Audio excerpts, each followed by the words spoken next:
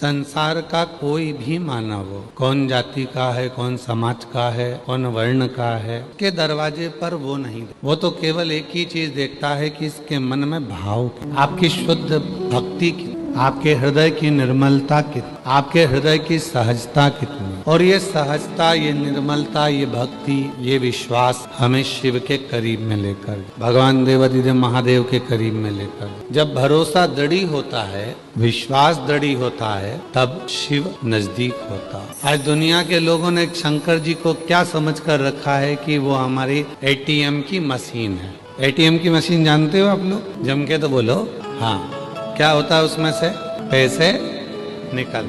आज शिव जी को लोगों ने समझ रखा एटीएम की मशीन है। भगवान के मंदिर में जाएंगे, लोटा भर जल चढ़ाएंगे, उनसे जो चाहो वो पाएंगे। हैं मेरे भोलेनाथ एटीएम की मशीन भी है, जो मांगोगे मिल जाए, जितना मांगोगे उतना मिल जाए। पर एटीएम की मशीन में एक काम बहुत जरूरी है।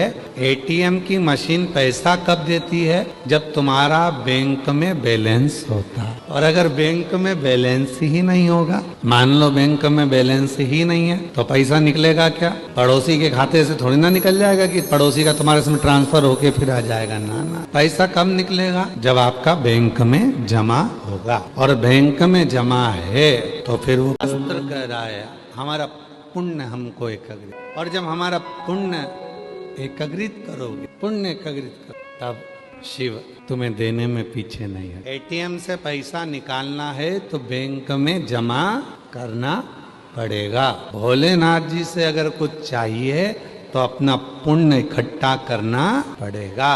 अब वो पुण्य एक साथ इतना सारा इकट्ठा कैसे करोगे? तो कहा एक काम करो, शिव महापुराण की कथा जब जयंती स्टेडियम में हो ही रही है, अपने क्षेत्र में जब शिव पुराण की कथा हो तो किसी प्यासे को पानी पिला दो, भूखे को भोजन करा दो, किसी का मुख झूठा करा दो, और जब उसका मुख झूठा होगा, जो पुण्य हमारे खाते में आएगा तो हमें वापिस एक लोटे जल का फल प्राप्त हो।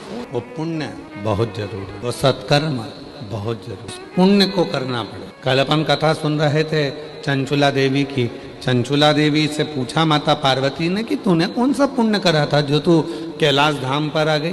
और अगर काशी में भी मरती तो पहले तो भोलेनाथ जी स्वयं कोतवाल जी तेरा निर्णय करते, फिर तू यहाँ पहुंचती। बंधु तेरा तो निर्णय किसी ने नहीं करा, तू डायरेक्ट कैलाश आ गई। तूने कौन सा पुण्य करा था? चंचुला देवी कहती है एक संत ने मुझे एक लोटा जल दिया था और कहा था शिवालय में जाकर डालती रही। मैं डालती रही, मैं इसलिए डाल रही थी कि मेरे पति को प्रेत योनि से मुक्ति मिल जाए। पर पति की प्रेत योनि से मुक्ति मिल जाए ये तो समझ में नहीं आया, और मेरे मंदिर आते आते पांव फिसल गया, मेरे प्राण चले गए, और मैं तुम्हारे पास में आ गई। कहा पार्वती जी मुस्कुराकर बोली, शिव मार्ग बताते हैं, तेरे पति के प्राण इतने सरल नहीं थे प्रेत योनि से छूटना, उसके लिए तू यहाँ आई है। और यहाँ बैठकर जब कैलाश में शिव पुराण की कथा श्रवण करेगी तब तेरा पति प्रेत योनि से मुक्त होगा। ये मार्ग शिव ने ही बताया, शंकर ने ही। ये मार्ग कोई दूसरा नहीं बताया, ये मार्ग बताए हैं भगवान शिव, ये मार्ग बताए हैं भगवान ओघड़दानी। कौन मार्ग बता सकता है? स्वयं शिव। पुण्य एकत्रित करो, और जब तक आप वो पुण्य को एकत्रित नहीं करते हो, जब तक आप वो पुण्य अपने पास में एकत्रित नहीं होता है, तब तक जीवन में वो सुख का अनुभव हो ही नहीं सकता।